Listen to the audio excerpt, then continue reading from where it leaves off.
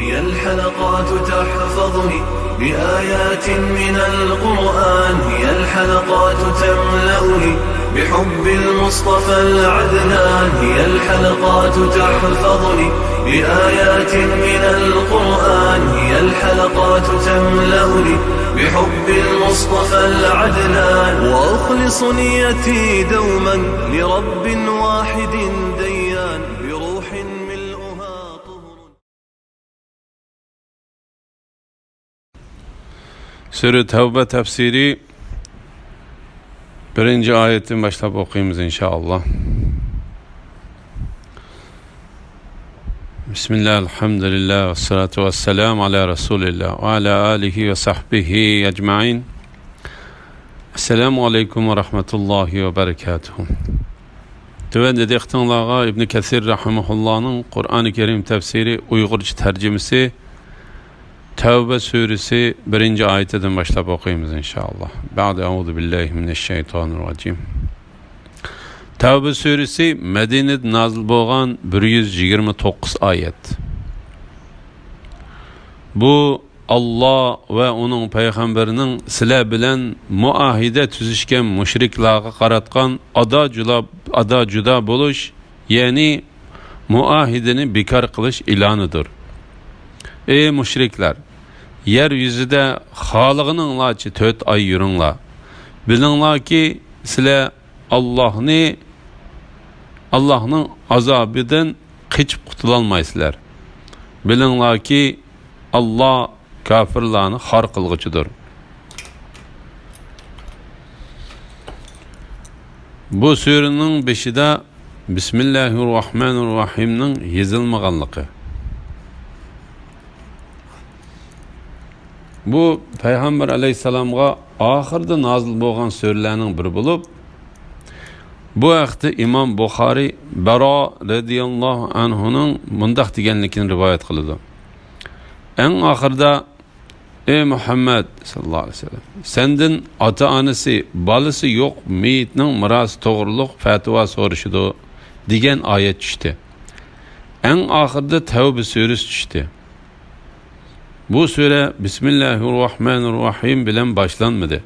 Çünkü sahabeler Halife Osman radıyallahu anhu'nun Kur'an'da bu surenin 5'e Bismillahirrahmanirrahim'ni yazmagan. Belki ular Halife Osman İbni Affan radıyallahu anhu'ga ergeşken asasda şunda kılgan.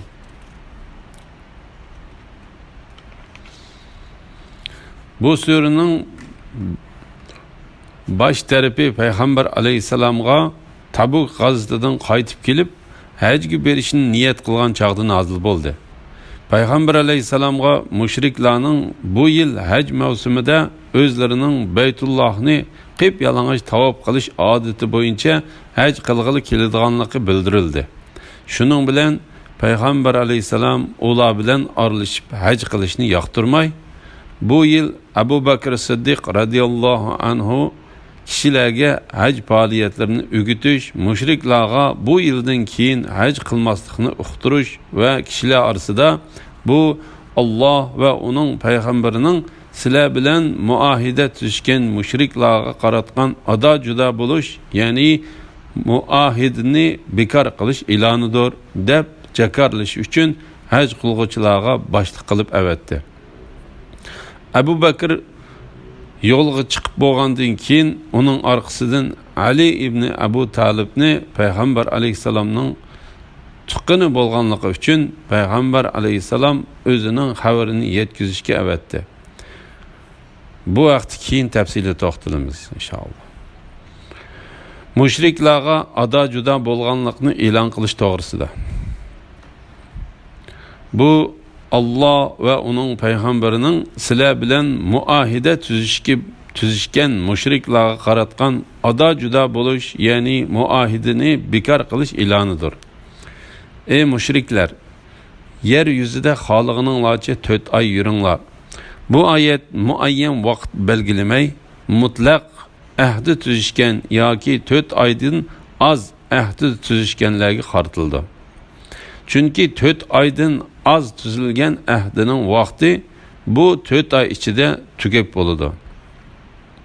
ammo muayyan vaqt belgilanib tuzishgan ahdining vaqti to'shqichilik kuchga ega bo'ladi. Chunki Alloh taolo bu vaqtda mundoq deydi: ular bilan tuzgan bu muahidiga uning vaqti to'shqan qadar rioya qilinglar. Payg'ambar alayhissalom bu vaqtda mundoq deydi: kim payg'ambar alayhissalom bilan ahd tuzishgan bo'lsa, uning ahdisi vaqti tugagichilik kuchga egadir. Abu Musa Ash'ari Madani, Muhammad ibn Ka'b Xurayzi ve başkalarının mundoq deganligini rivoyat qiladi. Hijriyaning 9-yili haj mavsumida payg'ambar alayhissalom Abu Bakrni haj qilg'uchilarga boshliq qilib avatidi. Uning orqasidan Ali ibn Abu Talibni Tavba surasining 30 yoki 40 oyatini yetkazish uchun avatidi. Ali bu oyatlarni kishilarga o'qib berib, mushriklarning yer yuzida xohlagancha 4 oy yurishiga vaqt belgilab berdi. Ali bu oyatlarni ularga Arafat kuni o'qib berib, ularga Zulhajj oyining qolgan 20 kunini Muharram, Safar, Rabiul Avval oylarini va Rabiul Oxir oyining dastlabki 10 kunini muhlat qilib belgilab berdi va mundoq dedi: bu yildan keyin birer mushrikning haj qilishga ve Beytullah'ni yalang'och tavob qilishiga hargiz bo'lmaydi. Shunga Alloh taolo mundoq deydi: bu cho'ng haj kunida Allah ve onun payg'ambari tarafidan kishilarga chiqarilgan e'londirki, Allah ve onun payg'ambari mushriklardan ado judodir. Agar kufrdan tavba qilsanglar, bu sizlarga gumrohlikqa ketaverishdan yaxshidir. Agar islomdan yuz o'rsanglar, bilinglarki Allohning azobidan qochib qutulolmaysizlar. Kafirlarga qattiq azob bilan bishorat bergin. Bu cho'ng haj kunida, ya'ni haj faoliyatining eng avval, eng mashhur ve kishilar eng ko'p to'planadigan qurbonlik qilish kunida Allah ve onun payg'ambari tarafidan kishilarga chiqarilgan e'londirki, ya'ni kishilarga chiqarilgan e'lon ve ogohlantirishki, Allah ve onun payg'ambari mushriklardan ado judodir. Ondan Allah ularni tavba qilishga chaqirib mundoq deydi: agar kufrdan, ya'ni shirik ve gumrohlikdan tavba qilsanglar, bu sizlarga gumrohlikda ketaverishdan yaxshidir. Eğer İslam'dan yüz öğrensanglar, bilinglar ki Allah'ның azabıdan kaçıp qutulanmaysizlar. Belki Allah sizlarni jazolashga qodirdir. Sizlar Allah'ның çangılida, onun hükümranlığı ve idare qilishi ostida sizlar.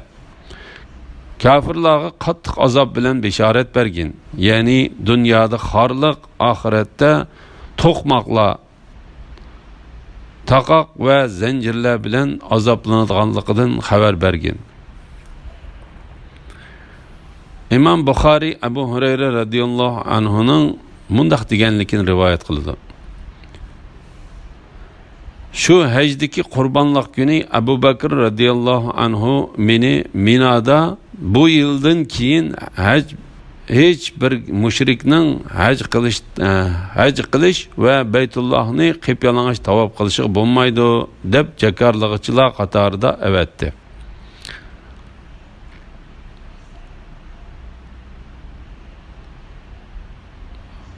O mundoq deydi: ondan payg'ambar alayhissalom Ali ibn Abu Talibni Tavba surasining oyatlarini kishilar arasida e'lon qilishga buyurib, haj qilg'uvchilarning orasidan yo'lga soldi.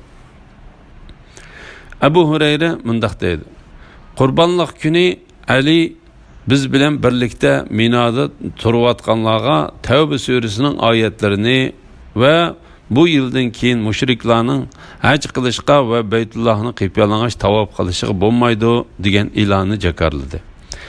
İmam Buxoriy Abu Hurayra radhiyallohu anhuning mundoq deganligini rivoyat qildi: Qurbanlıq günü Abu Bakr meni Minada müşriklarning haj qilishga, Beytullahni qiyib yalang'och tavof qilishiga bo'lmaydi deb jakarlig'uvchilar qatorida avatdi. Aytilishicha, kishilar bu kunni kichik haj kuni deb atagan. Bu oyat tushib, bu kunni haj kuni deb ochiqlashtirgan. Abu Bakr kishilar orasida buningdan keyin mushriklarning haj qilishiga bo'lmaydiganligini uqtirdi. Shuning bilan Payg'ambar alayhisalom vidolashish hajni qilgan yili mushriklardan hech kim haj qila olmadi.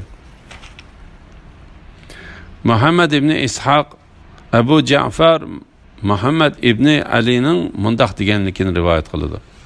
Tavba surasi Payg'ambar alayhisalomga nozil bo'lganda, Payg'ambar alayhisalom Abu Bakrni haj qiladigan kishilarga boshliq qilib tayinlab avatib bo'lgan edi. Shuning bilan Payg'ambar alayhisalomga: "Ey Allohning payg'ambari, biror odam avatib bu oyatlarning mazmunini Abu Bakrga yetkazsang bo'pti-kan" deyildi. Payg'ambar alayhisalom: "Mendan bu oyatlarni faqat mening oilamdan bir odam yetkazish kerak" dedi. Ondan Ali'ni chaqirib, onunğa mundaq dedi: "Sen Tavba surasining 5-dagi bu oyatlar bilan yo'lga chiqqan. Qurbanlıq günü odamlar Minoga to'plangan chaqda ular orasida shak shubsizki kafir jannatga kirmaydi. Bu yildan keyin mushriklar haj qilmaydi. Beytullohni yalang'och tavob qilmaydi. Kimning Payg'ambar alayhisalom bilan tuzgan ahdisi bo'lsa, uning bu ahdisi vaqt tugigicha kuchga egidir" deb jakarlagan. Ali radiyallohu anhu Payg'ambar alayhisalomning Azba otliq tugisiga minib yo'lga chiqdi. U Abu Bakrga yo'l ustida yetishib oldi. Abu Bakr uni ko'rib: "Sen boshliq qilib tayinlanib avatildingmi yoki biror ish bilan keldingmi?" dedi. Ali: "Bir ish bilan keldim" dedi. Ondan ular yo'lini davomlashtirdi. Abu Bakr kishilarni haj qildirdi. Shu yili Arablar jahiliyat davridagi odati bo'yicha haj faoliyatlarini qildi. Qurbanlıq kuni bo'lganda Ali ibn Abu Talib o'rnidan turib, kishilar orasida Payg'ambar alayhisalomning: "Ey insonlar, shak shubhisizki kafir jannatga kirmaydi. Bu yildan keyin mushriklar haj qilmaydi. Beytullohni yalang'och tavob qilmaydi. Kimning Payg'ambar alayhisalom bilan tuzgan ahdisi bo'lsa, uning bu ahdisi vaqt tugigicha kuchga egidir" degan buyruqni jakarladi. Shu yildan keyin mushriklar haj qila olmadi. Beytullohni qiyib yalang'och tavob qila olmadi. Abu Bakr bilan Ali hajdan yenib Payg'ambar alayhisalomning qishig'i keldi. Tavba surasining bu oyatlari muayyan vaqt belgilamay ahdi tuzgan va muayyan vaqt belgilab ahdi tuzgan mushriklar haqidagi hukmlarni o'z ichiga oladi.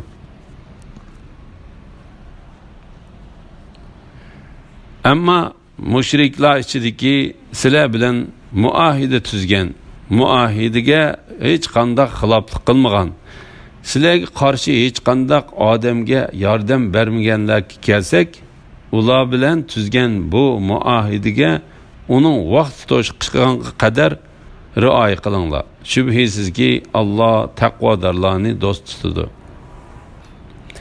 Ahdi tuzib uning xiloflik qilmagan kishining ahdisining muddati tugigicha kuchga ega bo'ladiganligi.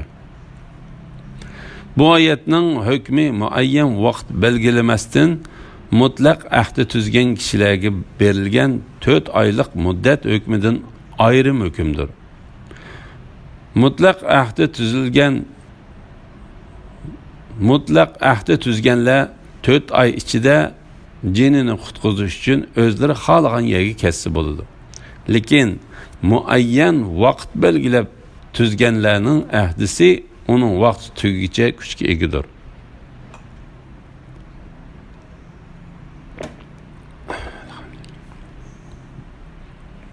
Yuqorida Payg'ambar alayhisalomning kimning Payg'ambar alayhisalom bilan muayyan vaqt belgilab tuzgan ahdisi bo'lsa, uning vaqti tugigicha kuchga egidir degan hadislar bayon qilindi. Bu ahdi tuzgan kishilarning ahdiga xiloflik qilmasligi, musulmonlarga qarshi boshqalar bilan birlashib harakat qilmasligi shart qilingan asosda kuchga egidir.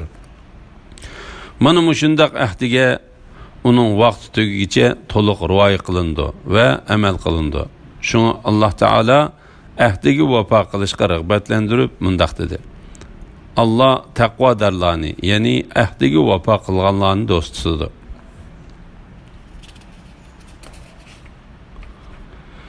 Urush qilish harom qilingan oylar o'tib ketganda mushriklarni qayerda uchratsanglar shu yerda o'ltiringlar.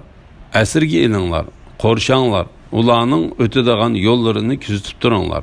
Agar ular tavba qilsa, namoz o'qisa, zakot bersa, ularni qo'yib beringlar. Shubhisizki Alloh tavba qiluvchilarga mag'firat qilg'uchidir, rahim qilg'uchidir.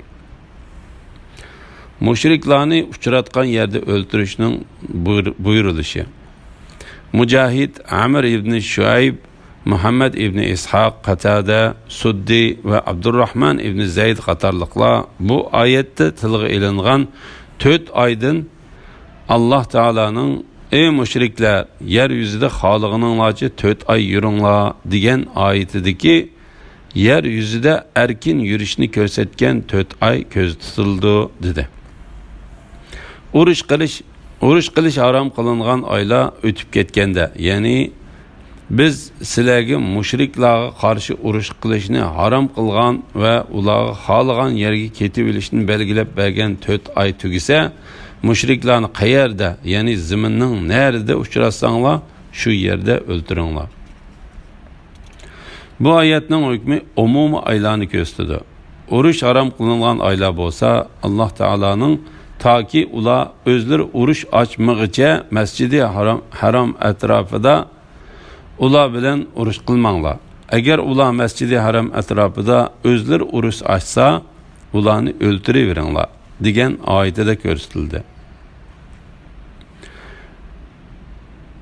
Asirga ilinglar, ya'ni agar ularni o'ltirishni xohlasanglar, o'ltiringlar. Asir ilishni xohlasanglar, asir ilinglar. Qo'rshanglar, ularning o'tadigan yo'llarini kuzatib turinglar. Ya'ni ularni faqat uchratish bilanla chekilinib qolmasdan, balki ularning yurtlarida va sepillarida qo'rshashqa tirishinglar.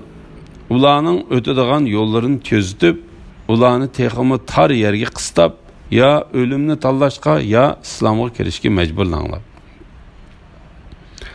Agar ular tavba qilsa, namoz o'qisa, zakot bersa, ularni qo'yib beringlar. Shubhisizki Alloh tavba qilguvchilarga mag'firat qilguvchidir, rahim qilguvchidir. Shuning uchun Abu Bakr Siddiq radhiyallohu anhu zakotni bermaganlar bilan urush qilishda mush oyat karimga va mush oyatning mazmuniga o'xshaydigan oyatlarga asoslandi. Chunki ularga qarshi urush qilish islomga kirish va islomning farzlarini ado qilish sharti bilan harom qilingandir. Alloh taolo bu oyatda islom prinsiplarining eng muhimlaridan boshlab ta'kidladi. Shak shubhisizki islom prinsiplarining eng muhimi shahodat aytishdan qolsalar g'olib va buyuk Alloh taoloning haqqi bo'lgan namozni ado qilishdir.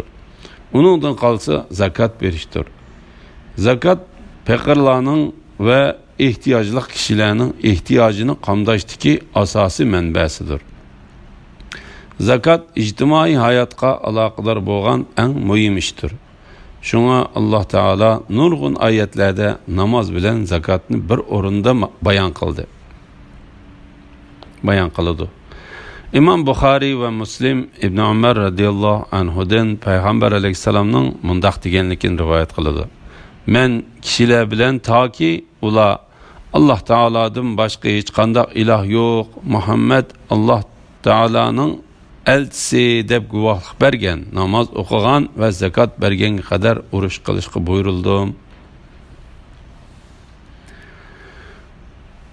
Bu oyat mu'minlarni mushriklarni uchratgan yerda o'ltirishga buyurdi. Bu haqda Zahhak ibn Muzaim mundaq deydi. Bu oyat Payg'ambar alayhissalom bilan mushriklar orasida tuzilgan har qanday ahdini va har qanday muddatni amaldan qoldirdi.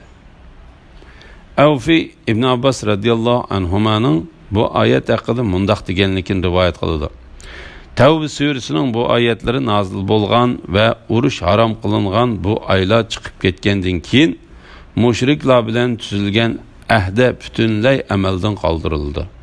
Tavba surasi nozil bo'lishidan ilgari mushriklar bilan tuzilgan ahdining muddati Tavba surasi e'lon qilingan kundan boshlab Rabbiyul Axir oyining 10-kunigacha bo'lgan 4 oydan iboratdir. Agar mushriklardan biror kishi sendan omonlik tilasa, toki u Allohning kalomini, ya'ni Qur'onni anglaganga, ya'ni fikr qilib, uning haqiqatiga yetganga qadar uningga omonlik bergin. Ondan u iymon etmasa, uni jini meli aman topadigan joyga yetkazib qo'ygan. Bu shuning uchunki ular islom dinining haqiqatini uqmaydigan qavmdir. Mushriklar amonlik tilasa, ularga amonlik berildiganligi. Alloh taolo payg'ambari Muhammad alayhissalomga mundaq dedi. Agar mushriklardan, ya'ni sen ular bilan urush qilishga buyurilgan, sana jonlari va mollari halol qilib berilgan kofirlardan biror kishi sendan amonlik tilasa, uning sen o'qib bergan Qur'onni anglashi va sening Alloh taolaning dalil paketlari orqali dinning ishlarini uningga tushuntirishing uchun uning talabini qabul qilgan. Ondan u iymon etmasa, uni jini meli aman topadigan joyga yetkazib qo'ygan. Ya'ni u amonlik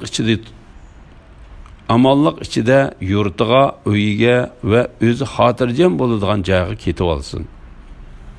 Bu shuning uchunki ular islom dinining haqiqatini uqmaydigan qavmdir. Ya'ni biz ana shularning amonligi, ularning Allohning dinini bilishi va Alloh taolaning da'vatining bandilar orasida tarqalishi uchun yo'l qo'ydik. Ibn Abu Najih Mujahidning bu oyatning tafsiri haqida mundaq deganligini rivoyat qiladi. Bir inson sening so'zingni va sana nozil qilingan Qur'onni anglash uchun qishingga keladi. U sening qishingga kelib Alloh taolaning oyatlarini anglagan va xohlagan